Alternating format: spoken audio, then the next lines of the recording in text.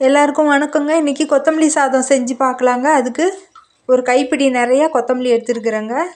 இது ஜாரில் போட்டு சேர்த்திக்கலாம்.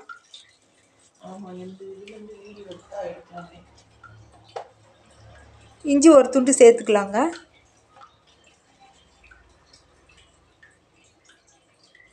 பூண்டு ஒரு 10 பல்லுக்கு சேர்த்துருக்குறேங்க, குட்டி குட்டி பல்லா.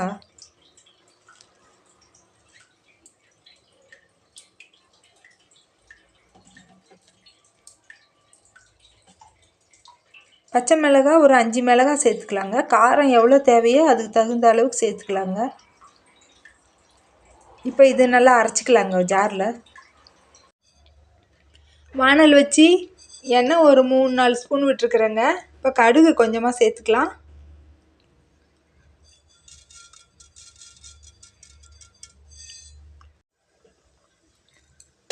கடுகு பொரிஞ்சதும் கொஞ்சமாக உளுத்தம்பருப்பு சேர்த்துக்கலாங்க.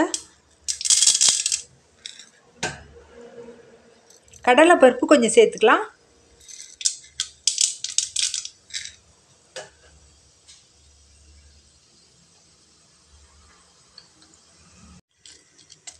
வரமிளகாய் 3 சேர்த்துக்கலாங்க.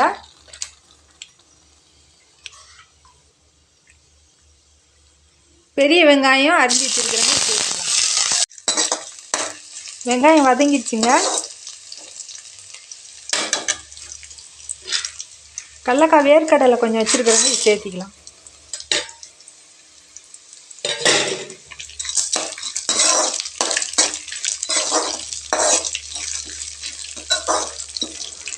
ஒரு கொட்டைப்பாக்கு அளவு புளி அலசி வச்சுருக்குறேங்க. இப்போ இது இதோடையே சேர்த்துக்கலாம். சும்மா லைட்டாக ஒரு புளிப்பு தன்மைக்கு லேசாக.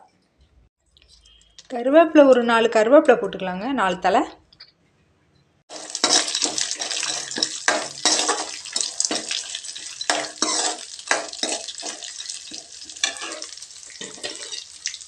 இப்போ அரைச்ச விழுதை சேர்த்துக்கலாங்க.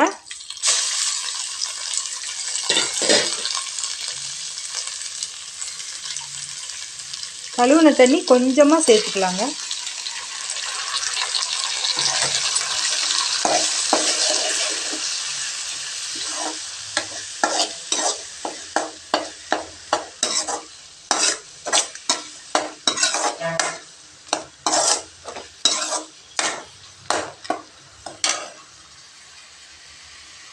தேவையான அளவுக்கு உப்பு சேர்த்துக்கலாங்க. தூள் உப்பு சேர்த்துக்கிறேன்.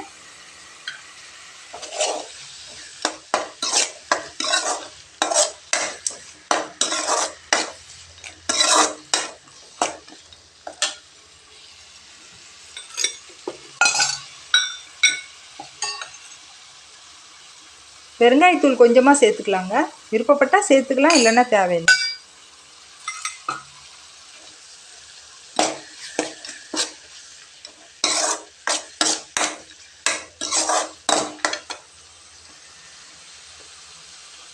சாதத்தை சேர்த்துக்கலாங்க.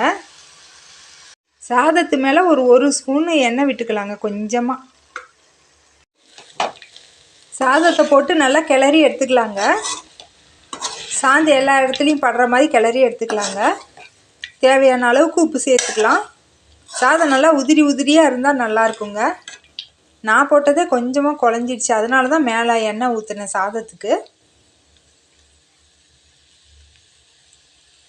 கொத்தமல்லி சாதம் தயாராகிடுச்சுங்க.